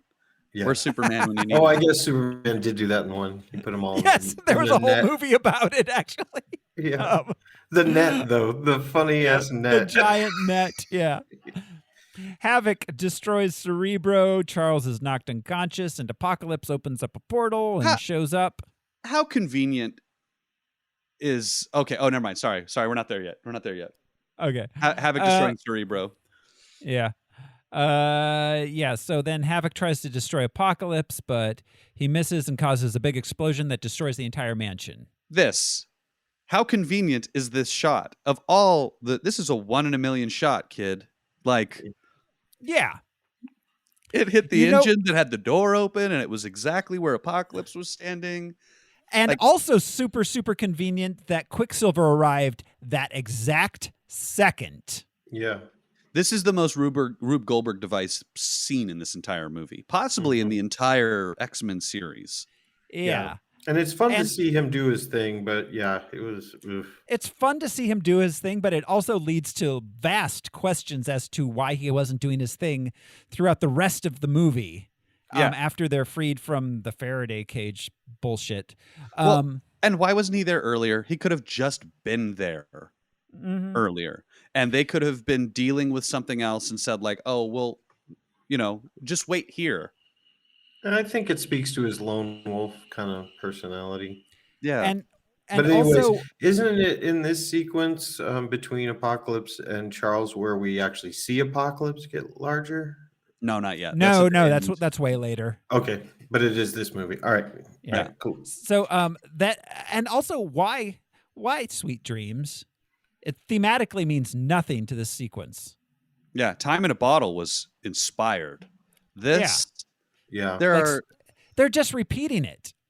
It is cool to see Quicksilver do Quicksilver stuff, but it's just a retread of the first movie done not as well. I think it's what he's listening to on his Walkman. Well, was he wearing the Walkman in the scene? I thought so. Thought he always had it on or around his neck. Because I don't remember him wearing it in this. Maybe it's just not as obvious. Because maybe I'm wrong. I didn't. Pay attention to that. It was well placed. They show him taking his time to put his headphones on in Days of Future Past, where he's like, I'm gonna go for a jog. But Thoreau's right. Just like the history tunnel, we saw it. It's lazy. Yeah, now. It's been done. And it's in my mind, it's one of those things. People loved the last time we did this. Let's do it again. Yep, exactly. But bigger and faster. Yeah. So, all right, he saves everybody except Havoc, who was apparently too close. Yeah. Oh God, Time After Time would have been a great one. Yeah, that would have been hilarious too. Yeah. Although Time After Time, 83, I don't think it was out yet. I think Time After Time was in 84 or 85. Not that that's, although it's a new timeline, so maybe Cyndi Lauper's album came out earlier in this X-Men world. Pink Floyd, Time, I don't know. Or, or even like Time keeps on slipping into the future. I don't know. There's a million things. Steve Miller Band, that would have been, I think Time After Time would have been funny though, because it would have been a weird balance. Or even a song having to do with speed and quickness. Yeah. So anyways, it was 83. Okay, thanks, Andrea. So Scott and Jean arrive back from the mall. Scott discovers his brother's dead. Colonel Stryker shows up. He uses a sound cannon to knock everyone unconscious and captures Mystique, Quicksilver, Moira, and Beast. Jean, Nightcrawler, and Scott sneak aboard the helicopter and go with them. How does humanity have all of these mutant suppressing tools already? We do have sonic cannons. True. But but they are mutant suppressants because they don't affect any of the soldiers on the ground. Like they seem to target mutants in particular, kind of like the Faraday cage thing. Just like the cage, yeah, you're right. Yeah, I think it's just like there was the need, so the military is like advancing at a rapid pace in that world as compared to ours. I would have liked some one-off line about like, oh yeah, thanks to all those investments after the Trask debacle. Right. Yeah, we stepped up our game. We know how dangerous you guys are. We gained access to all of his research. We can't kill you, but we can imprison you. Boom. Stakes established. Like, I'd like, excuse me, sorry. I'd like to point out that in our previous X-Men movies featuring Jean Grey and in the comics, Jean Grey at an early age was not very good at telepathy. Yeah. It was her weak spot as far as the tele things go. Her big thing was telekinesis. And right out of the gate, she's blocking people's vision. She's blocking people's minds and reading people's minds. The first thing we see her do is communicate with Scott. Exactly. Yeah. So, and all right. Maybe it's timeline manipulation, but we have seen the first time that they found Jean when Magneto and X went to her house and she was a child. Yeah. And then in a subsequent movie, they go to find her and she's an adult. Right. Well, okay. No, and also in this one, like it is timeline, but she was previously that took place in the early 80s and she was a child, like 12 years old. This one, she's different age, but also we saw Angel in a previous movie, and he was a teenager in the 2000s. But that's a huge timeline difference. He was born like 30 years earlier. Well, his parents decided to have a baby after that whole Cold War crisis. Maybe it was Dark Phoenix, but she kills or injures her parents in that car accident. However, again, the time she's first introduced in the Singer movies, she's a child living with her parents. Yep. They go find her. Later on, they find her as an adult. Yeah, that was X3. Right. That when she was a child, yeah. No, but then in Dark Phoenix, she's a child. She's controlling the radio in the car, and then they swerve over. They're about to hit, and she flips the truck. Huh. No, new story. Anyway. Yeah. Oh yeah. And like I said with Angel, like he was born 30 years earlier in this timeline now, which is weird because they didn't change the timeline until after he already would have been born in this universe. Good point. Anyways, meanwhile, on a soundstage in front of some generic-looking CGI rocks, Apocalypse uses Charles' brain to transmit a message to every person on Earth. Man, is this a reshot scene or what? Oh God, yeah. Oh yeah. There was a art, like what do they call that when you have design art, concept art, where he had a spaceship that was his home base, or not a spaceship, but like some sort of floating, flying bubble looking ship thing. I wish that had existed instead of this sequence. Yes. Yeah. Because they could have just had them teleport to and from it as it's traveling around the planet. A moving mobile base. Mm-hmm. You know, that makes him even more threatening. Yeah, totally. So then in the secret base, Jean's got a nightcrawler sneak around to find their friends who are imprisoned in a pit type thing with a field around it. To prevent them from using their powers, it's revealed at this point that Magneto is Pietro's dad. Apocalypse. Which is played for humor. Yes, it is. It's played for humor, and it's also really weird because they're like 5 years apart in age. Yeah. The actors are. Apocalypse transmits his message. He tells the mutants of the world to join him, and the humans tells them they're all going to die. This serves no real purpose.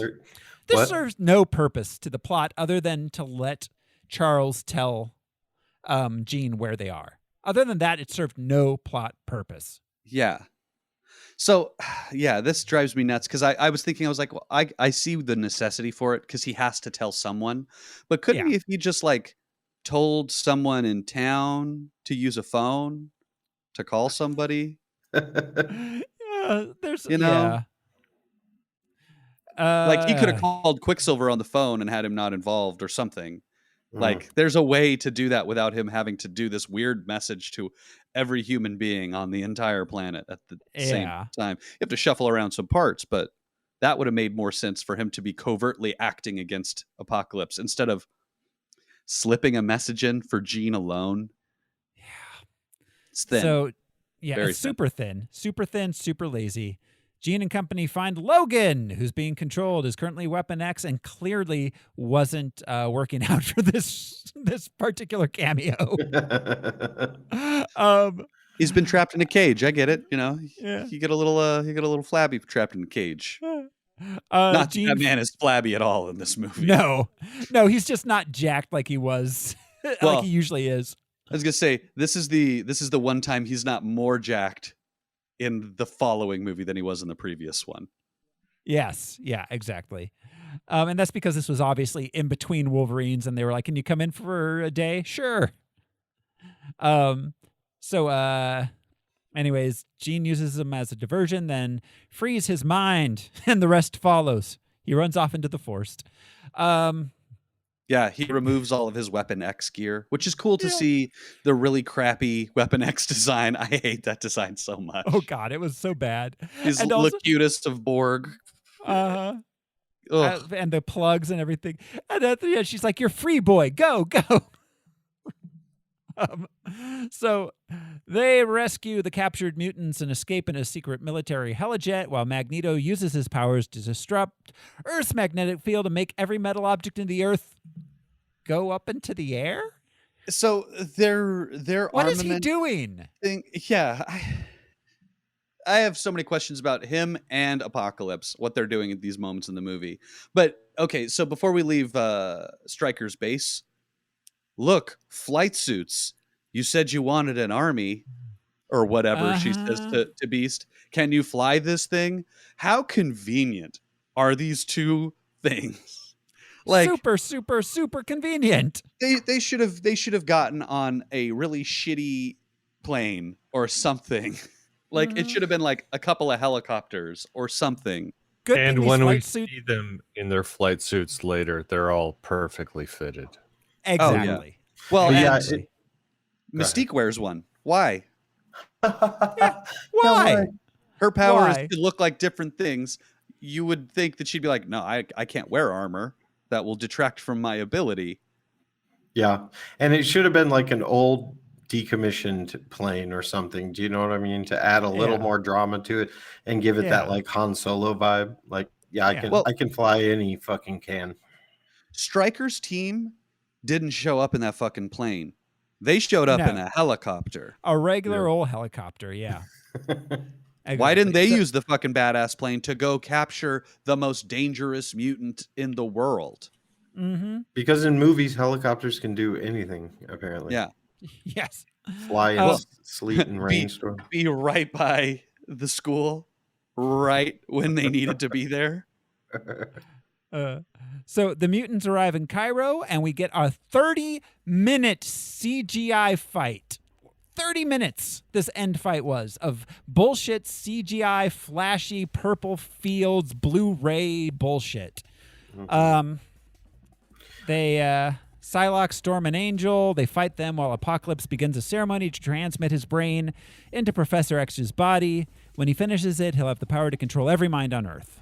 I feel like the way to use Magneto's powers in this moment is not just to take all of the iron from the Earth and spin it up and destroy cities. It should have been bring it here to make a MacGuffin, to make some sort of antenna or beam or something. Would have made more sense than, like, I don't know, blend the Earth with your powers, Magneto. Yeah, I know you can do it. Just make it all go up into the air for a little while and be crazy. And where they were fighting, all the rubble and ruin, it looked like the Danger Room. It looked like they were practicing. Oh, it's such a big like soundstage rubble fest. Like, this is the most boring shit ever. Set design and power sets. There are a number of moments where they are all fighting in this rubble, and all around them are large chunks of metal, cars.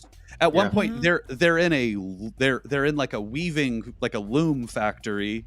What would you call that? But whatever. Where they have all of the string for a loom is on a metal rack, and it was so distracting to me because all I could think was, isn't Magneto picking up every little piece of metal and shredding it into little bits and spinning it around in the air?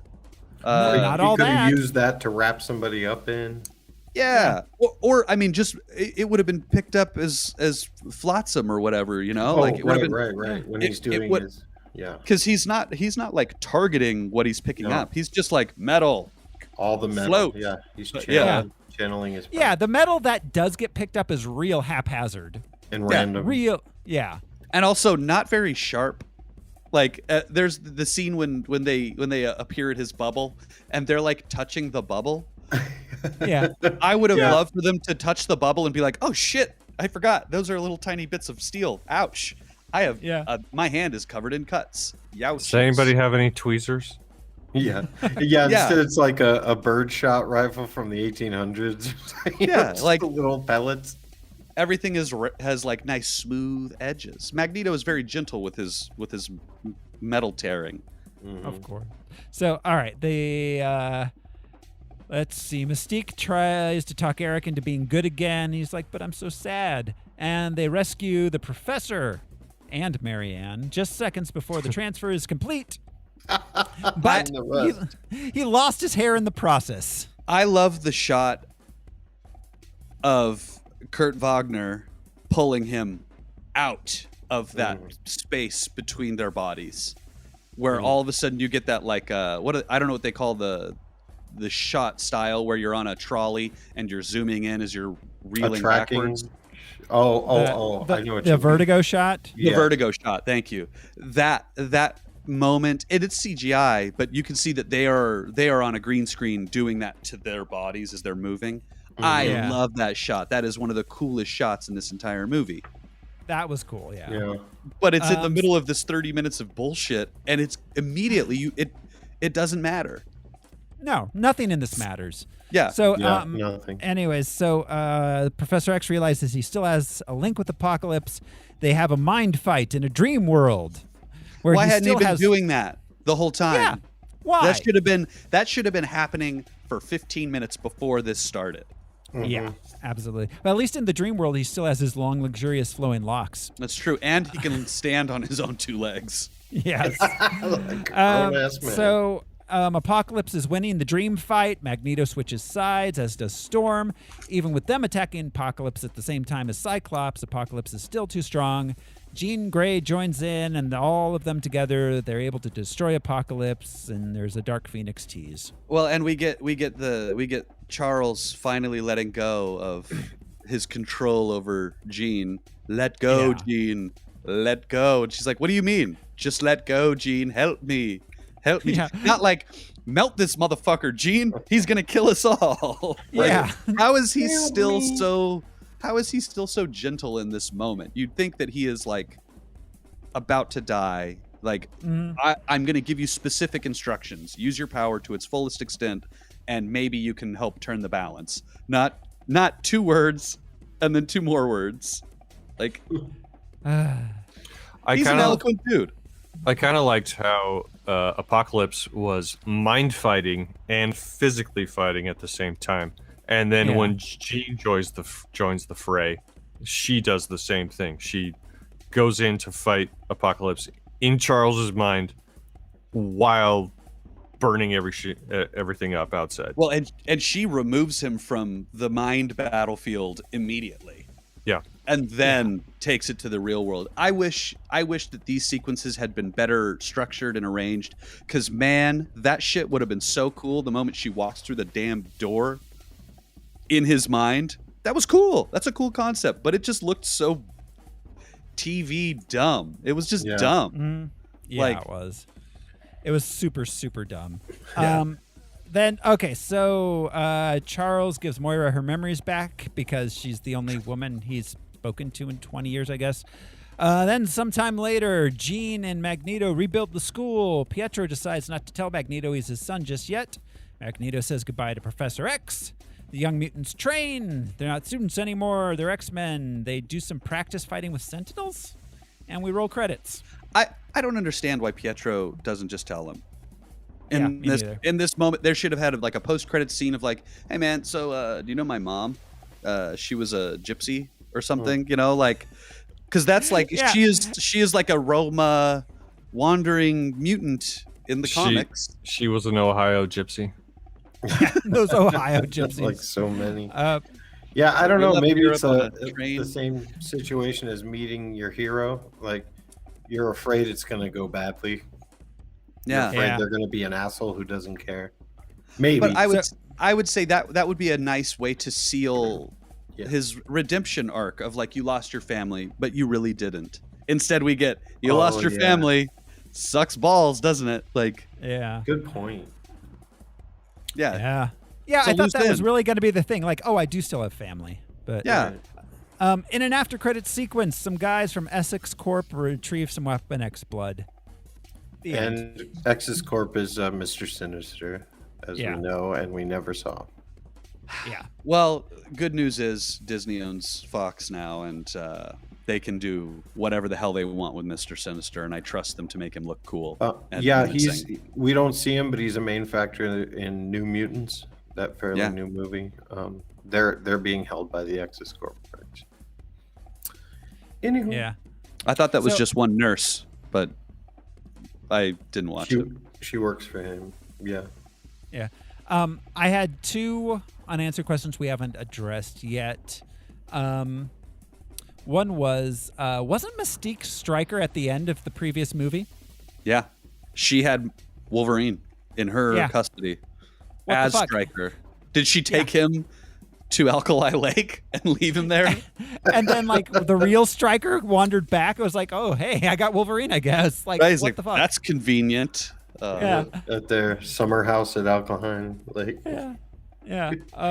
And that the other one was, when was Magneto in Ohio in the 50s? He was searching for Nazis. Did he stop off in Ohio at some point? A famous Nazi was captured in Ohio, but we talked about this during Civil War. It has nothing to do. That's right. Okay, good point. Yeah. So, but that very well may have been when it happened. Nazis are everywhere. It's true, especially now. I want to get back to this archery bullshit. I'm just kidding. All right. So I have no unanswered questions because none were risen, except it was all stupid and lazy. It was. Any last thoughts before we rank it, guys?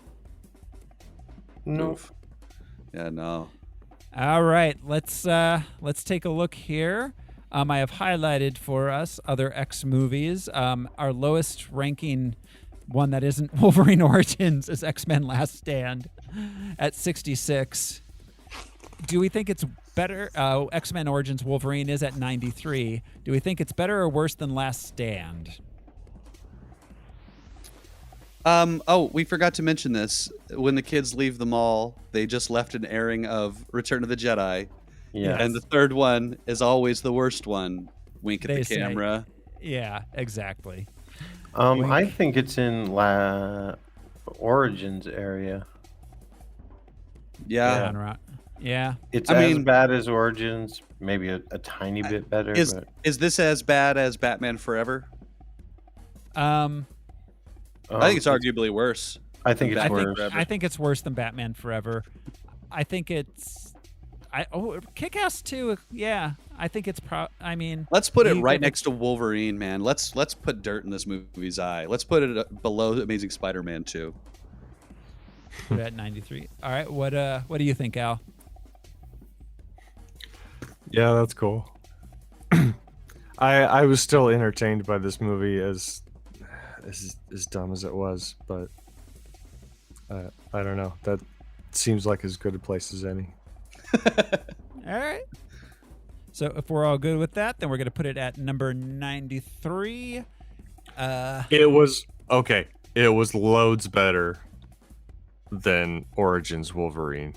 Yeah. I thought it was too, but I have a hard time saying it's better than Amazing Spider-Man 2 also. Yeah. Same. It suffered in the same way as Amazing Spider-Man 2 did, and the same way that Wolverine did. Mm-hmm. In a lot of the same ways. Yeah. Too much shit and really lazy to make it all fit. Yep. So, all right. That's where that bad boy is going, which means we are done with X-Men Apocalypse, which means it's time to look ahead to next week's movie. Next week. Oh, yes. no. The Dread. Next week on Harmless Phosphorescence, we will be watching Teenage Mutant Ninja Turtles Out of the Shadows. I think they've been out of the shadows a good amount of time. Yeah. So Yeah. that's it. Thank you, everyone, for hanging out with us. This has been your host, Rose Smiley, and it's true. The third movie is always the worst, except when the fourth is the worst. We got Dark Phoenix coming, guys. Oh, man. I'm Josh Cece, and what the hell is a mall? I'm Brian Lesh, and I'm going to go touch my TV for some learning. I'm Alaric Weber, and I still live in my mom's basement, but Aw. Thanks, everybody. We'll see you next time. Bye. Bye.